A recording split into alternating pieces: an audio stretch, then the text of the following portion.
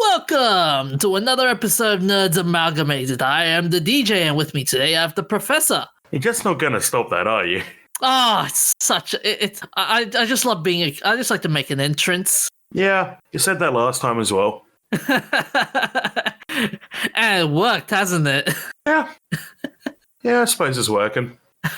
How's it going? Oh, just the usual. Lots of dodgy companies doing dodgy things. And turns out we were wrong about something. Oh yeah, we were really wrong. So earlier in our episodes, we were talking about Tatiana Maslany being casted as She-Hulk. Turns out that was fake news. So for those who were curious, so basically, there was news about She-Hulk, the TV series, and Tatiana Maslany was selected, quote unquote, as Jennifer Walters as She-Hulk.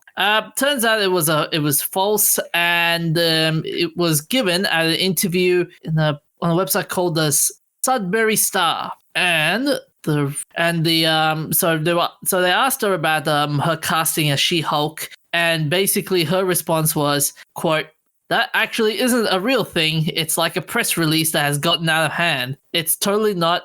I've been connected to these things in the past, and press has gotten onto it, but it's not actually a thing, unfortunately." Yep, let's hope that's the only dodgy stuff we ever do. Yep. Yes, indeed. We got some great dodgy companies coming up later. Oh, don't get me started. But there are some companies that's been doing some good things lately. I mean, there is that Swiss company that made a super carrier. Yeah, Wilhelmus Wallace or something? Yeah, Wallenius Wilhelmsen. I keep getting those two backwards. Yeah, it's Wallenius Marine, but yeah. Yeah, it's a, the Wilhelmsen is their biggest ship, which it's a bit of a funny coincidence. What's the word? The Bader-Meinhof effect? That last week I talked about the book Delta V by Daniel Suarez. Mm-hmm. Well, at the same time I was reading his book Kill Decision, which is about AI drones. And the one of the scenes in the book takes place on the Wallenius Wilhelmsen, which turns up in this article again as the biggest ship owned by Wallenius. But we're not talking about that ship today. We're talking about the Oceanbird. So Wallenius is building a giant sail-powered car carrier with room for 7,000 vehicles. The sails are telescopic and made out of sheet metal, or sheet composite, actually. So it's not like the Age of Sail where everything's fabric, but this is the 2020s version of the sail ship. Yeah, I think it's funny that every 10 years or so, someone brings up a sailing ship for cargo. Usually it happens when there's a spike in fuel prices. Right now, there's a bit of a slump in fuel prices because of COVID, but I think this has probably been in the works for a few years. I'm looking at the picture, and man, it looks impressive. I mean, even though it's a concept art, I mean, it looks as I said, it looks impressive. But I'm just hoping it comes to light. Yeah, I think it's a very pretty boat. Mm-hmm. And it's great for something like cars because cars aren't, they don't perish. So non-perishable goods like cars and containers, assuming we adjust our logistics pipelines to have, I think it's an extra 50% travel time. So they reckon the Oceanbird will take 12 days instead of 7 to cross the Atlantic. Okay. Although this type of this type of car carrying stuff, it just reminds me of I don't know whether you're familiar with this. So in Japan, they would have portable car lifts. They'll take a droid, they'll take a giant robot hand, it will just take the car and it will tilt the car it's like it's like one, like I said, it's one of those car elevators where they store it up nicely in a little ramp. Yeah, I think I've seen that. Yeah. So, like I said, this is the 2020 version. But I remember reading an article in Popular Science about 10 years ago where they reviewed an article they had published back in the 70s during the 1970s fuel crisis. And they talked about the sail ships of that time. But the big difference between a hero class, which is the Wallenius Wilhelmsen, and the Oceanbird is that it's not that much slower, but it goes from 120 tons of CO2 per day to 3 to 12 tons per day.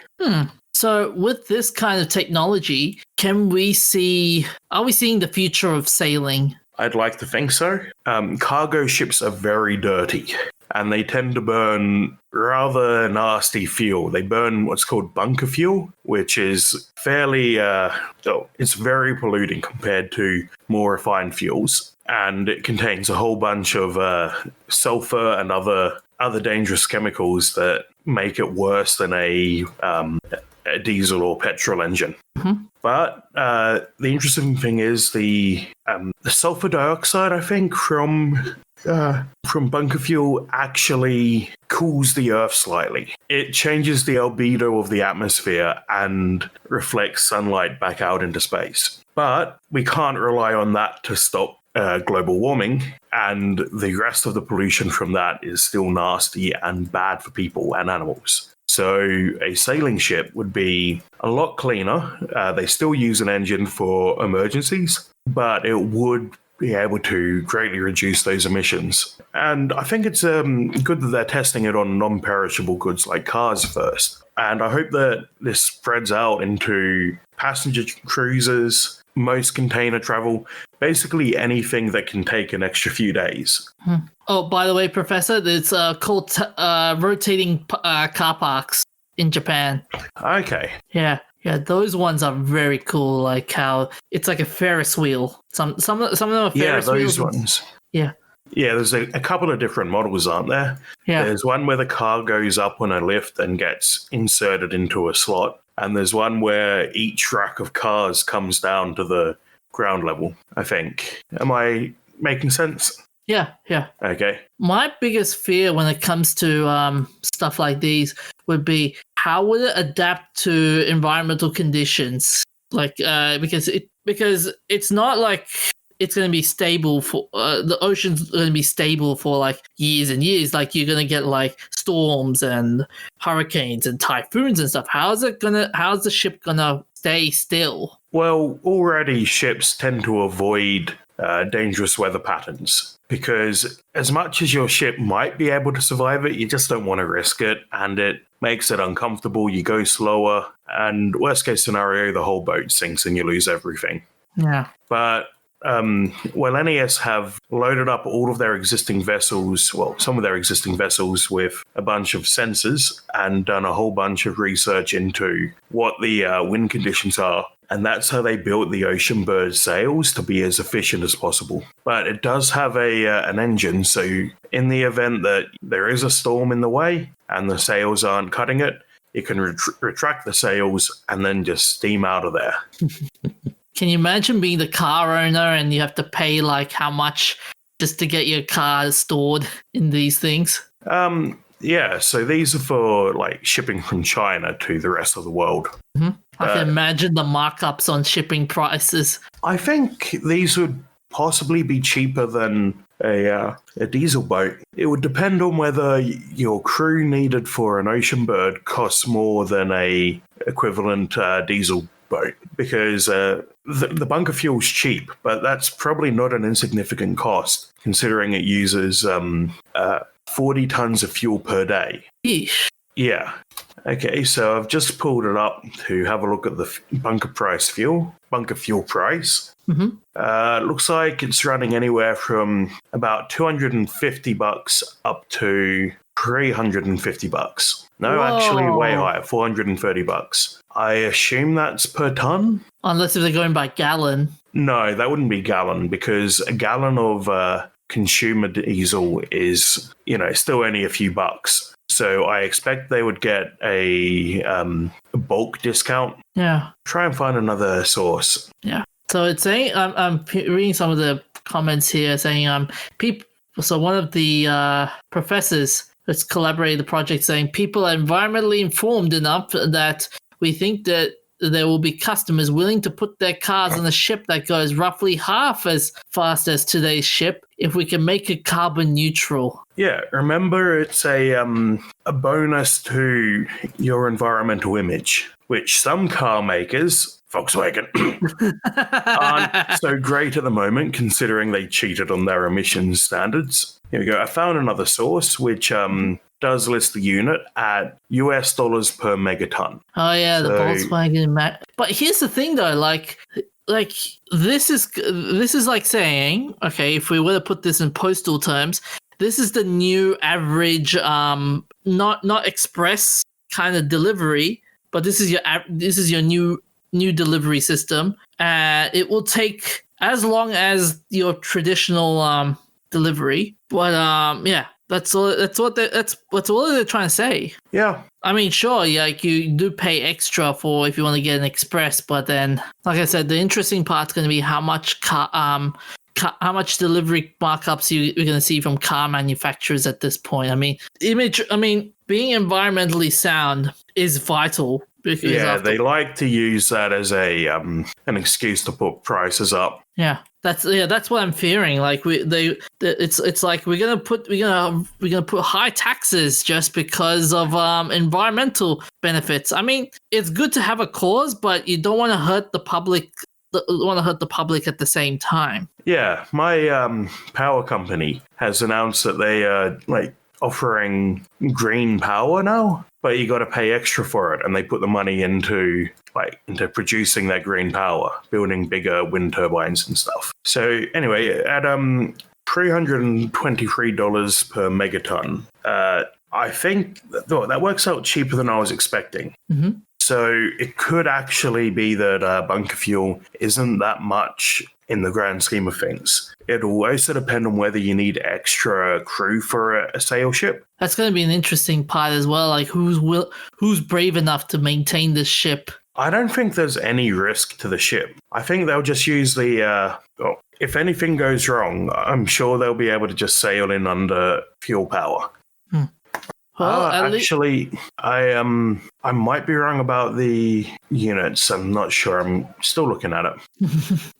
No, it's just confused me because they use technically the wrong units. Uh-oh. The website uses megaton with a capital T, but under SI, ton is lowercase t. Oh. Would we ever see one of these ships in Australia, though? Yeah, there's no reason not to. That'd be pretty cool to see it in imagine we're seeing one of those ships at Sydney Harbour. I'd like to. Yeah, I wonder how they're gonna avoid the Sydney Harbour Bridge though. Well, the sails retract. Oh yeah, that's true.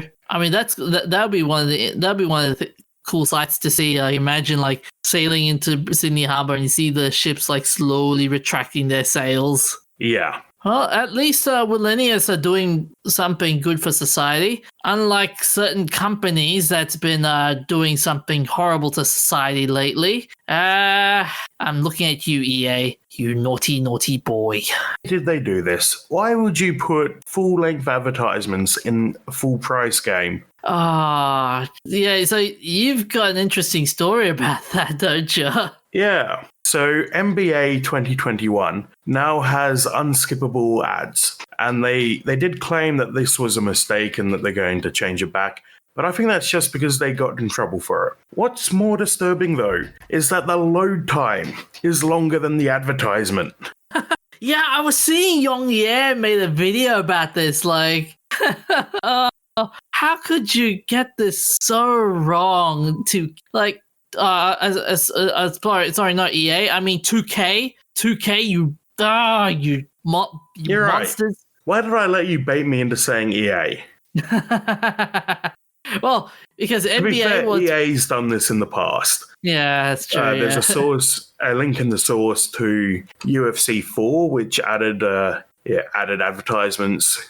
Yes. Yeah, so NBA 2021 costs you, it's already quite expensive for a game, which, games haven't really increased in price with inflation. So So developers are trying to squeeze out a bit of extra money with microtransactions and stuff. Personally, I'd rather pay an extra $20 for a game than deal with microtransactions and DLC and all of that. But the launch version of NBA 2021 is going to be $10 more on next gen than it is on current gen. What? Yeah. What? And they say it's being built from the ground up, which I don't really believe that. I don't see why they'd do that. What I think I would do if I was them is create a improved graphics version. A lot of games are getting improved graphics versions for next gen. Yeah. If I recall, I recently got an update from Mortal Kombat 11 about that, saying like, "Oh, next gens we're going to be playing on 4K TV and stuff like that." So yeah.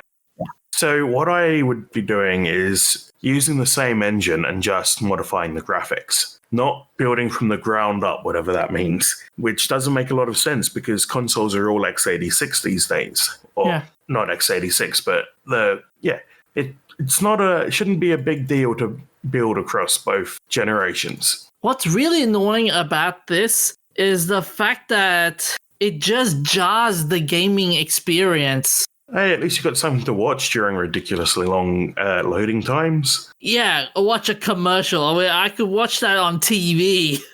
It's as annoying as one of those like YouTube ads, you know, when you play like a very long clip and 30 minutes into it, it's like, oh, vote for this political party or sign up for solar panels. You're like, oh, it's so jarring. And I like how 2K saying like, nah, we're not going to do much about it.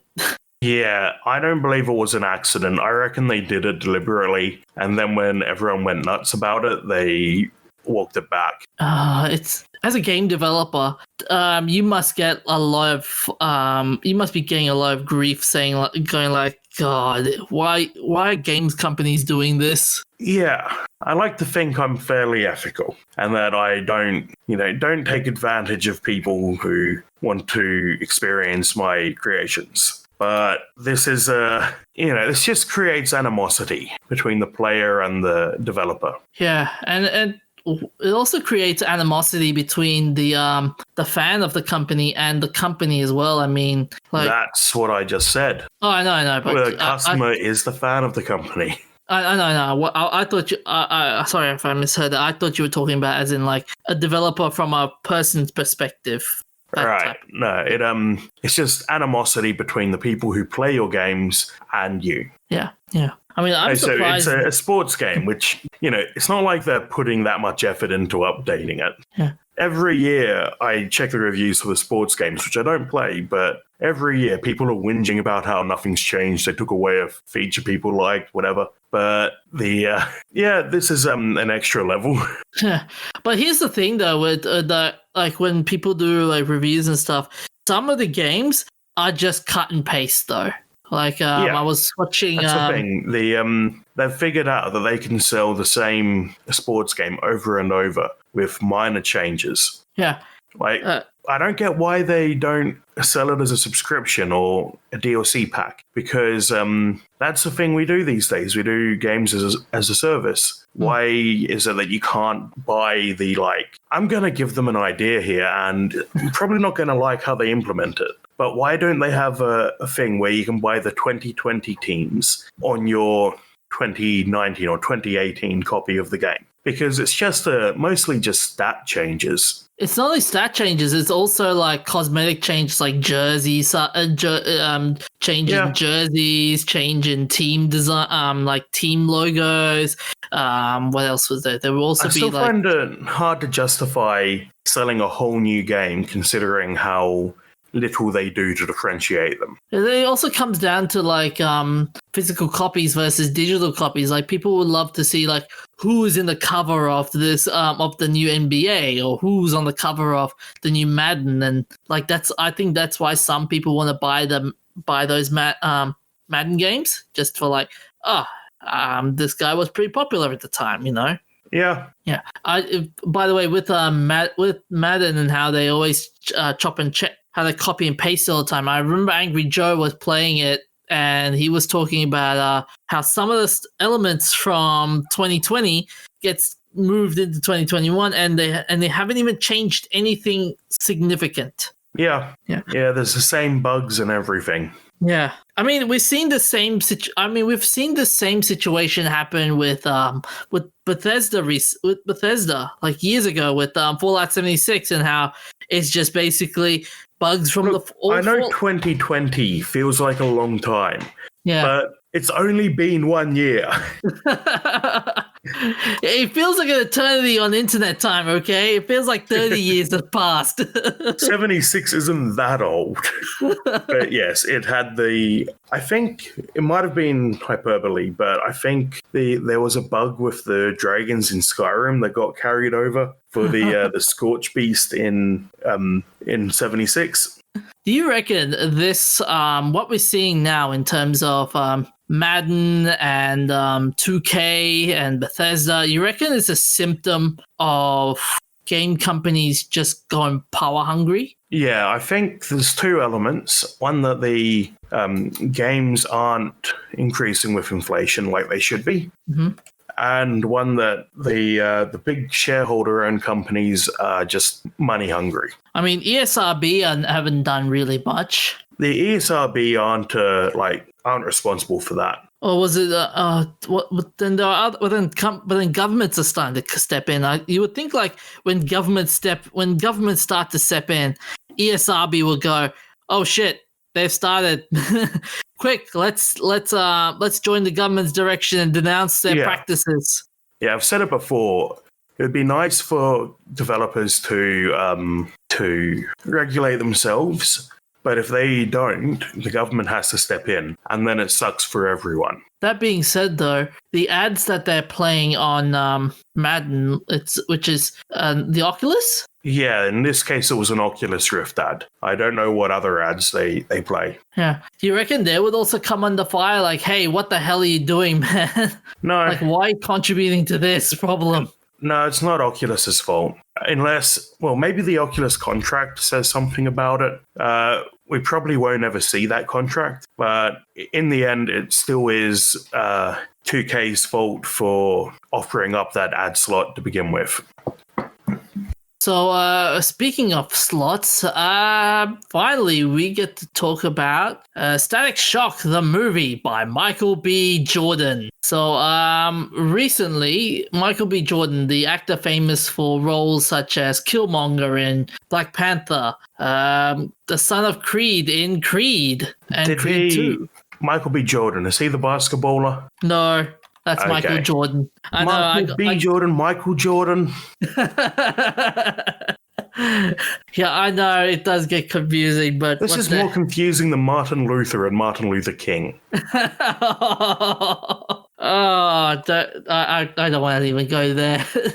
So Michael B. Jordan is signing up a project with his studio called Static Shock, and his production company Outlier Studios is his Warner-based studio, and it's going to be producing it with Warner Brothers. So this was announced on the August DC fandom event, and this was to jolt up a few kilowatts, giving the cult hero some firepower as it goes into active development. And in a statement to The Hollywood Reporter, he goes, "I'm proud to be part of building a new universe centered around black superheroes. Our community deserves that." And his studio, Outlier Society, is committed to bringing life diverse comic book content across all platforms, and we are excited to partner with Reggie and Warner Brothers on this initial step. I think it's a fun thing to do. Like, I mean, we've seen Marvel do the whole rounds of black superheroes in terms of Black Panther, Blade, to name a few. Yeah, sure, there's totally space for more superhero media. It's not like our last couple of weeks have been people whinging about it.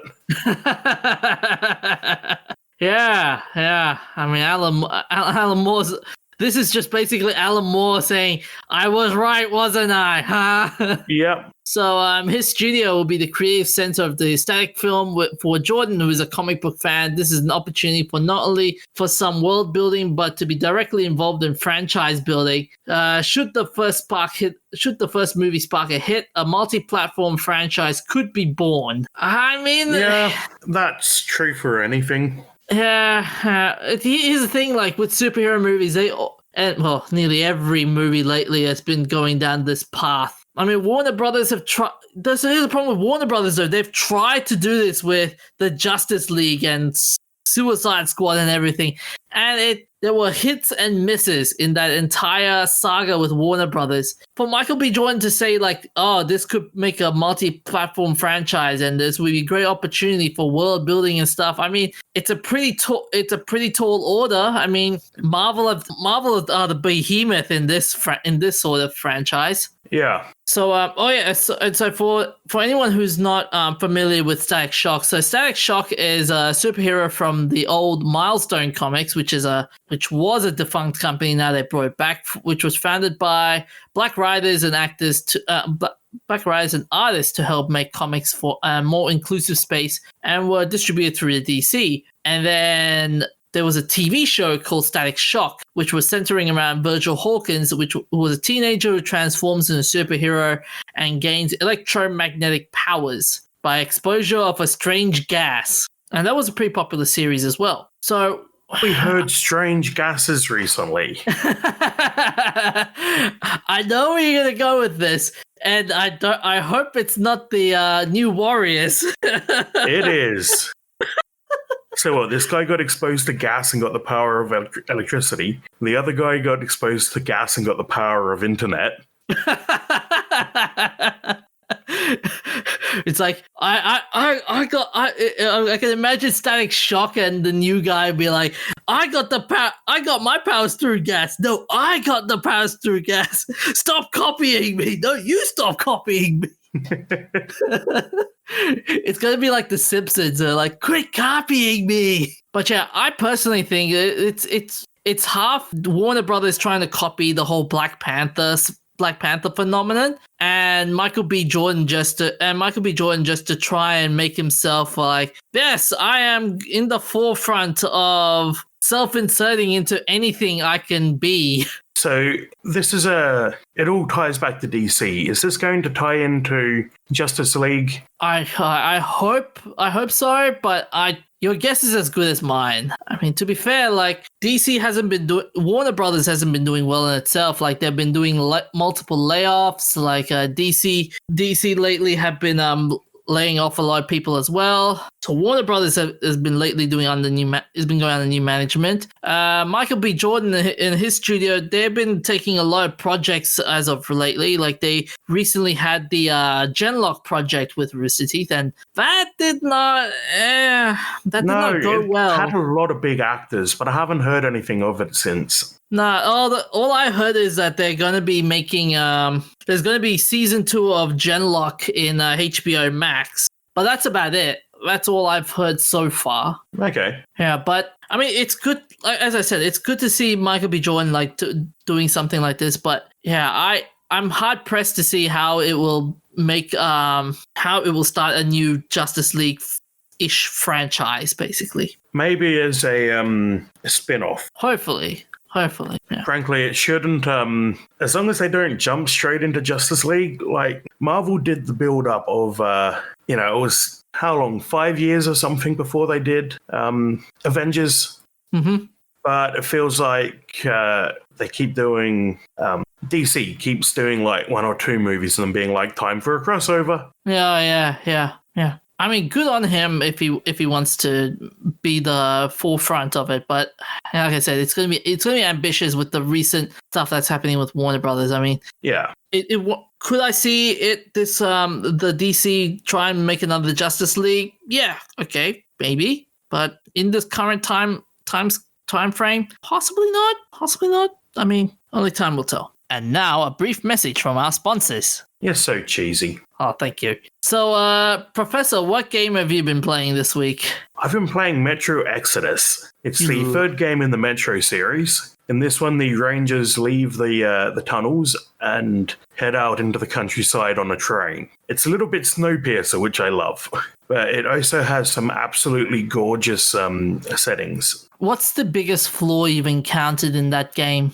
I'm playing on the hardest difficulty, so that's Ranger Hardcore Full Dive. I like this. There's a lot of accessibility for different difficulty levels, which is it's great that it's there, but it is Ranger Hardcore Full Dive is sort of the definitive way to play. It's the most immersive. It's very hostile. But the big issue I have with the Ranger Hardcore modes in the different Metro games is that they take away basically every UI element. And that makes it a pain in the butt to do things like change your throwable item. So there's a radial menu for what throwable item you have equipped. That normally would come up when you hold down the throw button, and you would be able to select the item and then use it.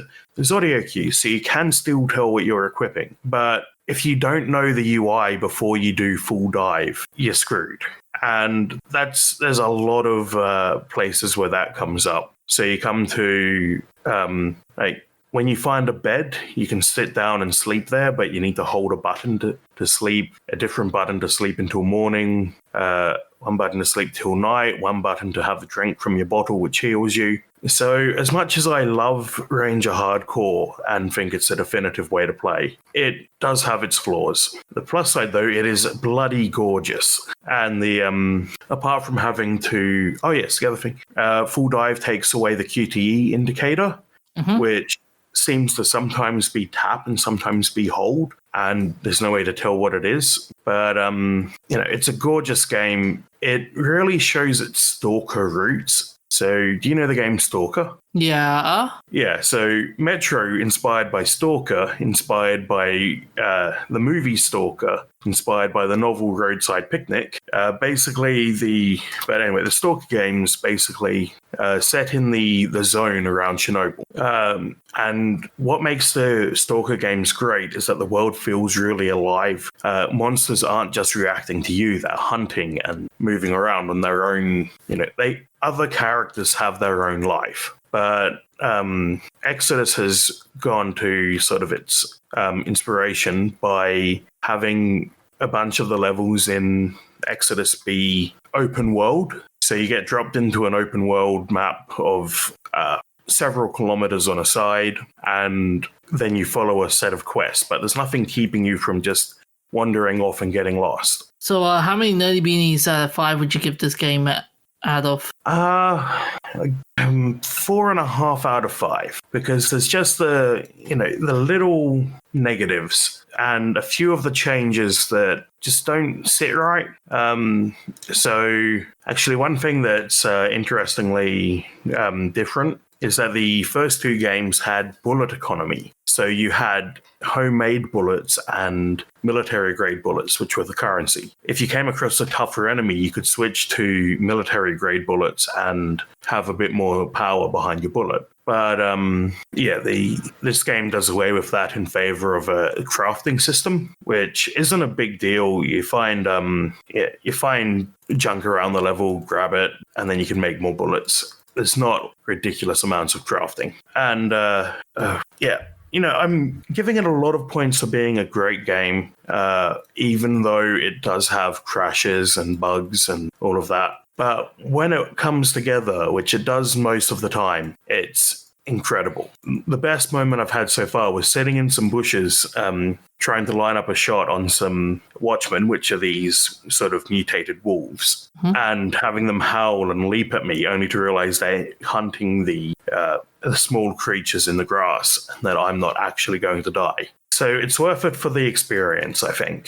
So the immersion outweighs the technical problems, basically. Yeah. Okay. For myself, I've been playing Among Us, and yeah, it's totally addictive. Yeah, you're stuck. Yep, You I'm can't get out of it. nope, I can't get out of it. I mean, it's just fun. It's fun. I mean, what could possibly go wrong? Though I'm still hoping we could get more modes into it, like maybe get, like as I said, like a Russian roulette mode or something, just to try and make the games a bit more entertaining in the discussion section. Yeah, they are still working on it, so we'll see what they come out with. Yeah. I don't think I've heard anything about what they're actually doing. From their recent announcement, all I saw was they were going to be canceling the last of Among Us 2. That's what I saw. And then they've also said that they're going to roll it back into Among Us 1. Yeah. So rather than make a sequel, they're just going to keep polishing this one. Yeah. And they said due to increased hacking, Among Us is undergoing emergency maintenance. So, yeah. And they're saying we're also working on an account system with reporting and moderation featuring to fight toxicity. Okay. So, I mean, okay, fair enough. At least I hope they don't do like what Sony did the other day, which was tap into every conversation and go, yeah, this is toxic, let's ban ya. I'm giving mine 4 out of 5. The biggest flaw I encountered with this game is the bugs. And there are some bugs that are annoying. Like, even if you're dead, they're still classed as alive somehow. Yeah, that's the most annoying bug. Yeah. Anyways, on to our shoutouts. On the 15th of October 2020, it's the 80th anniversary of The Great Dictator, from the 1940 American political satire comedy drama film, written, directed, produced, scored by, and starring British comedian Charlie Chaplin. This was Chaplin's first true sound film and a rousing condemnation of Hitler, Mussolini, fascism, anti-Semitism, and the Nazis. Chaplin's film was released 9 months after the Hollywood's first parody of Hitler, the short subject You Nazi Spy by the Three Stooges, which premiered in January 1940. The film was popular in the United Kingdom, drawing 9 million to the cinemas, despite Chaplin's fears that wartime audiences would dislike a comedy about a dictator. It was the second most popular film in the US in 1941. The film was banned in several Latin American countries where there were active movements of Nazi sympathizers. Charlie Chaplin's call for peace in the final speech of The Great Dictator is regrettably as relevant in the times we face today as it was in 1940. It's a good movie. Oh, yeah. And that speech at the end is, really gets to me. Oh, man. I feel like I want to play that speech now. On the 18th of October 2020, China overtakes North America as world's biggest box office in 2020. China is officially home to the world's biggest box office. Movie ticket sales in China from 2020 climbed to 1.98 billion on Sunday, surpassing North America's total of 1.937 billion, according to data from Artisan Gateway. The gap is expected to widen considerably by year's end. Analysts have long predicted that the world's most populous country would one day top the global charts. With theaters in major markets still closed due to United States' dangerously high unspecified illness of unknown origin, infection rates, much of the industry's chatter has turned to the question of whether the damage done to the domestic theatrical film model might become permanent. Some industry insiders also worry that escalating political turmoil between Washington and Beijing could soon undercut Hollywood's long-term foothold in China, the one market where sales are again strong. Yeah, I'm surprised that didn't happen before. Yeah, well, now we can extend that joke from China now has better movies and better computers. On the 19th of October 2020, the 10th anniversary of Fallout New Vegas. Fallout New Vegas is a post-apocalyptic role-playing video game developed by Obsidian Entertainment and published by Bethesda Softworks. A spin-off of the Fallout series, the game is set in a post-apocalyptic open-world environment that encompasses a region consisting of Arizona, California, and Nevada. I'm going to have to put in many a True Nerds review of Fallout New Vegas here. Oh, yeah? Because there's, I don't think anyone could say it better than he did. Hey, it was a commercial success. I mean, it shipped like 5 million copies and it sold more than 12 million worldwide. It even got like a Golden Joystick Award for RPG of the Year in 2011 and nominated for 2 BAFTA awards, Best Strategy Game and Best Story, as well as Navigator Award for supporting performance in a drama. You know, even though they had 18 months to make it, it came out full of bugs. It still outshines the Bethesda Fallout games. And Bethesda are really jealous and bitter about that, I think. But it must suck to have someone make a game in 18 months that's better than any version you've done. But here's the thing, though, with the recent Obsidian game, the Outer Worlds, like everyone was saying, like, oh, this will be the game that kills Bethesda. This will be the game that kills Bethesda. Nope, that did not happen. Bethesda's still gone strong, bizarrely. Yeah. The other thing is, though, Bethesda screwed over Obsidian with this.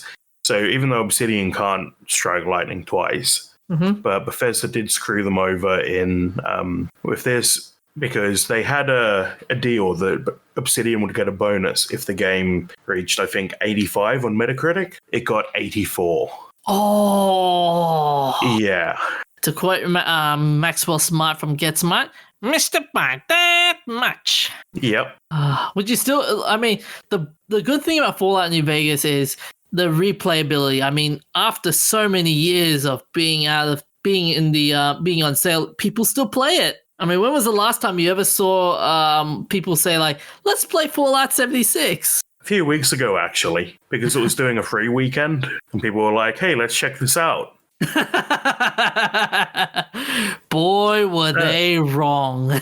It's getting better. Like, I don't play it myself, but I watch many a True Nerds reviews of it, and he did a playthrough of the new Wastelanders content. Oh, yeah? Which seems a lot better than the previous stuff. Like, your changes actually make a difference. Your choices make a difference. The characters are better. Yeah, but the damage is already done. Yeah. That's the thing, though. Like, it's a shame because, many a True Nerd says the map is the best Fallout map, 3D Fallout map made, but, you know, they screwed it up so badly.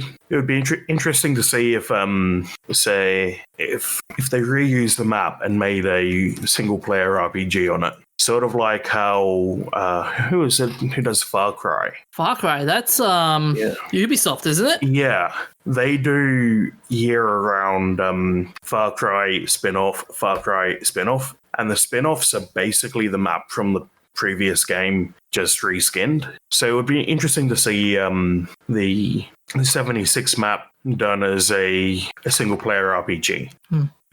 On the 22nd of October 2020, James Randi passes away at 92. James Randi, the internationally acclaimed magician and escape artist, both praised and cursed for devoting much of his career to debunking all things paranormal, from spoon bending and water dowsing to spiritual channeling and faith healing, has died. He scorned fellow magicians who allowed or encouraged audiences to believe their work was rooted in extrasensory or paranormal powers. In stage appearances and on television, Mr. Randi, with his penetrating blue eyes and bushy eyebrows, duplicated mind-reading feats and other telepathic stunts with ordinary hand and eye trickery, and exposed a number of popular faith healers as frauds. He died from... And he's still got the... nobody ever claimed the $1 million prize for... I think it was telepathy. I think it was for the if they can channel from the dead. That's the one.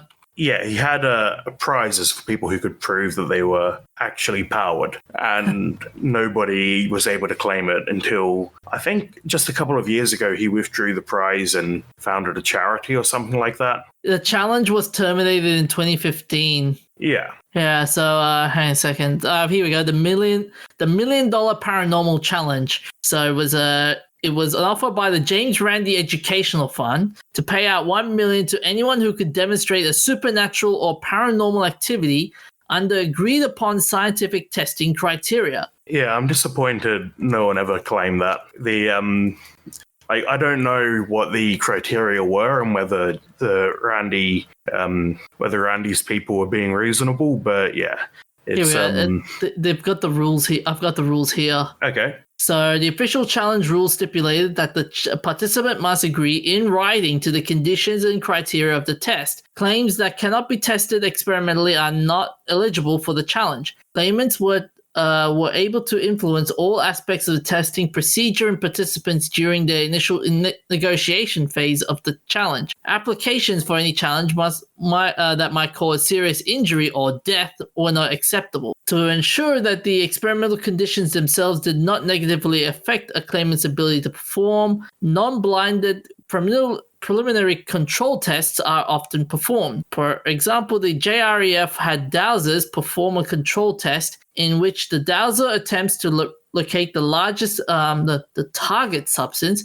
or object using their dowsing abilities, even though the target's location has been revealed to the applicant. Failure to display a 100% success rate in the open test would cause their immediate disqualification. However, claimants were usually able to perform successfully during the open test, confirming that experimental conditions are adequate. Okay.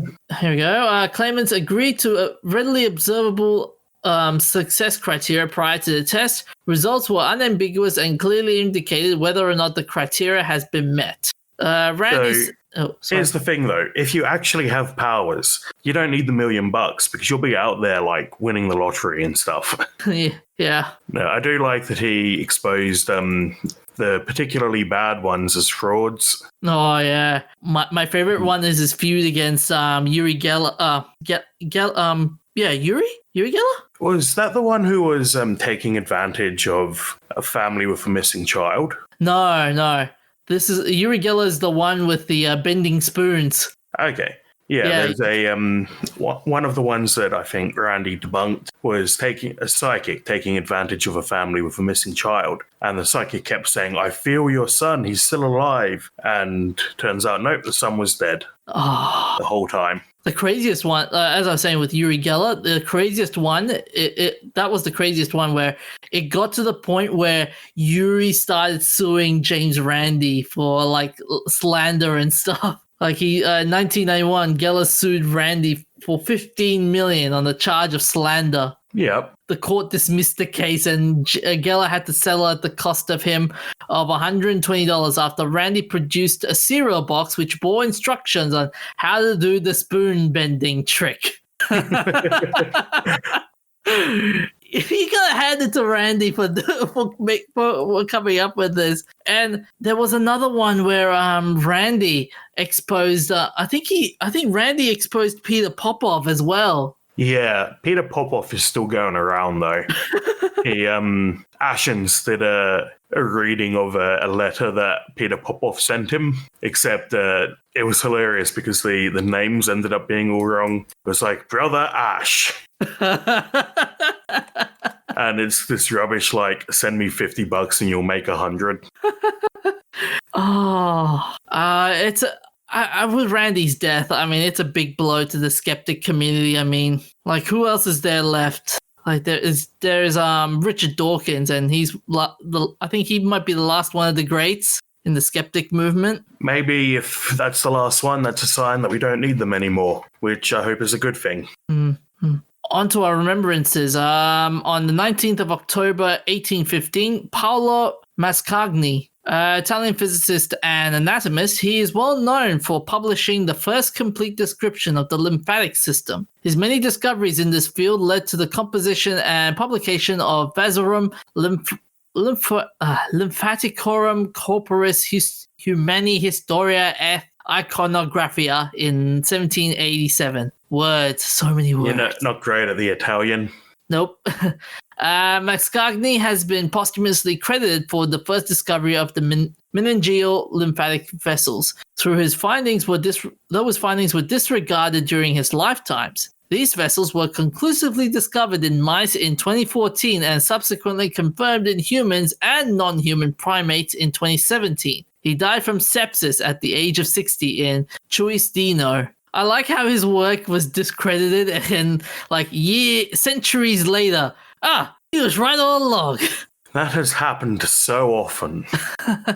On the 19th of October 1897, George Pullman, American engineer and industrialist, he designed and manufactured the Pullman sleeping car and founded a company, Pullman, for the workers who manufactured it. His Pullman company and also hired African-American men to staff the Pullman cars, who became known as Pullman Porters, providing elite service. Pullman developed a railroad sleeping car, the Pullman Sleeper or Palace car, and they were designed after the packet boats that traveled the Erie Canal of his youth in Albion. After President Abraham Lincoln was assassinated, Pullman arranged to have his body carried from Washington, D.C. to Springfield on a sleeper, for which he gained national attention as hundreds of thousands of people lined the route in homage. And the body was carried on the presidential car that Lincoln himself had commissioned that year. Oh, that must be awesome. Great advertising move there as well. So, the company hired African-American freedmen as Pullman porters. Many of them were former domestic slaves in the South. Their new roles required them to act as porters, waiters, valets, and entertainers, all rolled into one person. They were paid relatively well and got to travel the country. It was so prestigious they were well respected in the black communities. Pullman believed that the former house slaves of Plantation South had the right combination of training to serve the businessmen who had patronized his palace cars. Pullman became the biggest single employer of African Americans in the post-Civil War America. He died from heart attack at the age of 66 in Chicago, Illinois. On the 19th of October 1937, Ernest Rutherford, first Baron Rutherford of Nelson, was a New Zealand-born physicist who came to be known as the father of nuclear physics. Encyclopedia Britannica considers him to be the greatest experimentalist since Michael Faraday. In early works, Rutherford discovered the concept of radioactive half-life, the radioactive element radon, and differentiated and named alpha and beta radiation. He performed the first artificially induced nuclear reaction in 1917 in experiments where nitrogen nuclei were bombarded with alpha particles. As a result, he discovered the emissions of subatomic particles, which in 1919 he called the hydrogen atom. Rutherford is considered to have been among the greatest scientists in history. He died at the age of 66 from complications of a strangulated hernia in Cambridge. On to our famous birthdays. In 19th of October 1862, Augustus Lumière, French engineer, industrialist, biologist, and illusionist. During 1894 to 1895, he and his brother Louis invented the animated photographic camera and projection device, the cinematograph, which met with worldwide success. The brothers screened their first film using the device in 1895. Following the success of their initial venture, opened a number of cinemas worldwide. However, Augusta was skeptical of the potential of the device, remarking, "My invention could be exploited as a scientific curiosity, but apart from that, it has no commercial value whatsoever." Boy, was he wrong. After his work on the cinematograph, Lumière began focusing on the biomedical field, becoming a pioneer in the use of X-rays to examine fractures. He also contributed to innovations in military aircraft, producing a catalytic theater to allow cold weather engine starts. He was born in Besançon. Boy, I'm going to be so wrong in the pronunciations. Yeah, probably. Yep. And 19th of October 1940, Sir Michael Gambon, Irish-British actor who has worked in theatre, film, and television. He was trained under Laurence Olivier and started his work on stage in the National Theatre. He received a Tony Award nomination for Best Actor in the Play for his work in David Hare's Skylight on Broadway. Gambon retired from stage acting in 2015 due to memory loss. He's famous for portraying Albus Dumbledore in the Harry Potter film series, starting from the third film after the death of original actor Richard Harris. Yes, that's a shame, but he did, I think he did the role well, apart from a few things like, "Did you put your name in the goblet of fire?" Dumbledore asks calmly.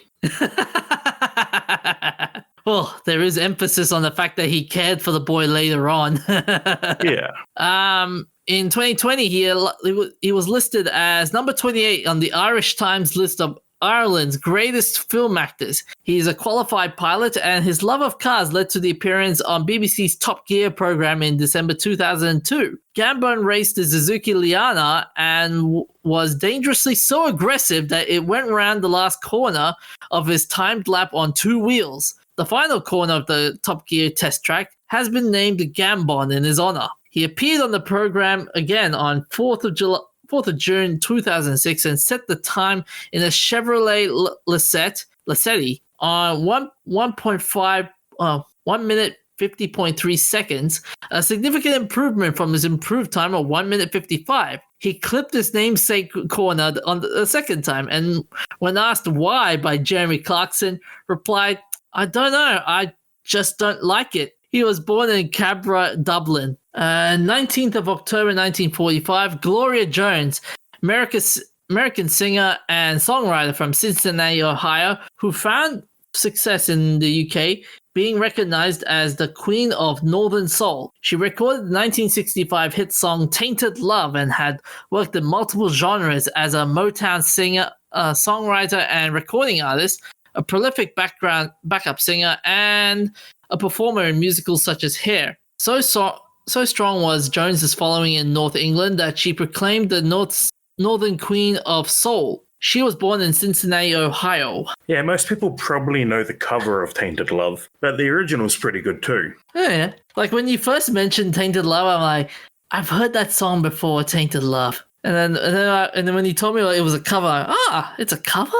Okay. Huh. Yeah, so you probably heard the cover. Yeah. On to our events of interest. 19th of October 1216, King John of England dies at Newark-on-Trent and is succeeded by his 9-year-old son Henry. He is famous for his involvement in Magna Carta, for losing the crown jewels in the wash, and as a villain of the Robin Hood legend. History's verdict on him has been thoroughly negative, and no subsequent English monarch has wanted to be called John. But he has his defenders and still has. And a funny story about about John losing his jewelry. His baggage train got trapped in quicksands, and the incoming tide swept away carts, men, and drought animals. Among the possessions that were lost, John took with him everywhere, including, according to some chronicles, sacred relics and other precious treasures. The English crown jewels certainly disappeared about that time. He has been suffering from gout since 1215 and was seized by dysentery. He went to Newark Castle in Nottinghamshire, and from there on October 15, he wrote to Pope Honorius III asking for absolution and hoping for God's mercy. He died He died during a fearsome thunderstorm on the night of October 18th and 19th, aged 48 or 49. 19th so Wash was is actually a shallow bay in England, and the tide goes out and leaves firm sand that they were attempting to cross. So when you say he lost it in the wash, it sounds like, he's doing the dishes. That's true. Yeah, but it is actually crossing the bay. They got stuck and lost it. That's fair. True. On the 19th of October 1900, Max Planck discovers Planck's law of black-body radiation. Planck was especially intrigued by the formula found in 1896 by his colleague Wilhelm Wien, and he made a series of attempts to derive Wien's law on the basis of the second law of thermodynamics. By October 1900, however, other colleagues had conducted additional experiments and found definite indications that Wien's law, while valid at high frequencies, broke down completely at low frequency. So Planck went back to work. He knew that entropy of the radiation had to depend mathematically upon its energy in the high frequency region if Wien's law had held there. Planck presented this latest formulation at a meeting of the German Physical Society on October 19, 1900, which was hailed as indisputably correct. But to Planck, it was simply a lucky guess, and he was set about deriving the formulation from first principle. By December 14, 1900, he had succeeded in doing so, but only by introducing what was to prove a revolutionary concept in physics. The oscillators comprising the black body and re-emitting the radiant energy incident upon them could not absorb this energy continuously, but only in discrete amounts or quanta of energy. 19th of October 1945, streptomycin, the first antibiotic remedy for tuberculosis is isolated by researchers at Rutgers University. A biochemistry grad student discovered streptomycin, a synthetic antibiotic used to treat tuberculosis and other infectious diseases. Sole credit for the discovery initially went to Salem Wachsman, who would receive the Nobel Prize in 1952, who ran the laboratory at Rutgers University where the research was performed. But it was Albert Schatz, a 23-year-old graduate student under Waxman, who actually isolated the antibiotic after several months of feverish work. Schatz said that he agreed at the time that he believed that streptomycin should be made available quickly and cheaply.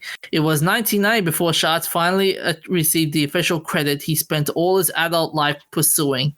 19th of October 2010, the BBC's sci-fi telefilm adaptation H.G. Wells' The First Men in the Moon saw its first broadcast. On this day in 2010, the BBC's sci-fi telefilm adaptation of H.G. Wells' The First Men in the Moon saw its broadcast. The remake starred Roy Kinnear and Mark Gatiss, and here's the plot. In 1969, the Apollo moon landing is to be televised internationally. But at a county fair in England, a small boy named Jim meets the 90-year-old Julius Bedford, who tells him that in 1909, as a struggling writer, he met eccentric Professor Carver, inventor of Carverite, a gravity-defying substance which they used to build a sphere, which took them to the moon. Captured by ant-like Selenites, Bedford was anxious to make his escape, but Carver was happy to stay and communicate with the moon dwellers.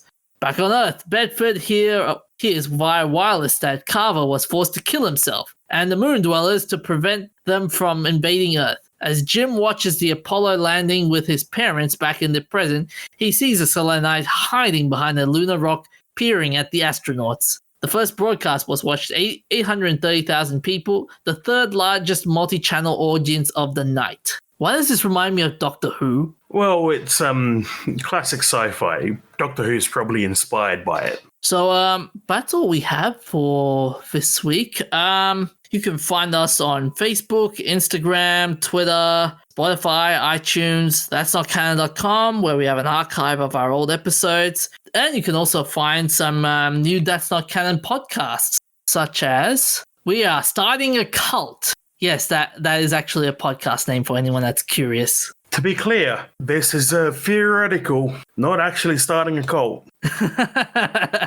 You can also find us on Pod Hero. On Pod Hero, for $5 a month, you can support us and the other That's Not Canon podcast. Your subscription is split among the podcasts that you listen to. So that's all we have for this week. Take care of yourselves, stay hydrated, and see you next time. You stole my line again. Yeah,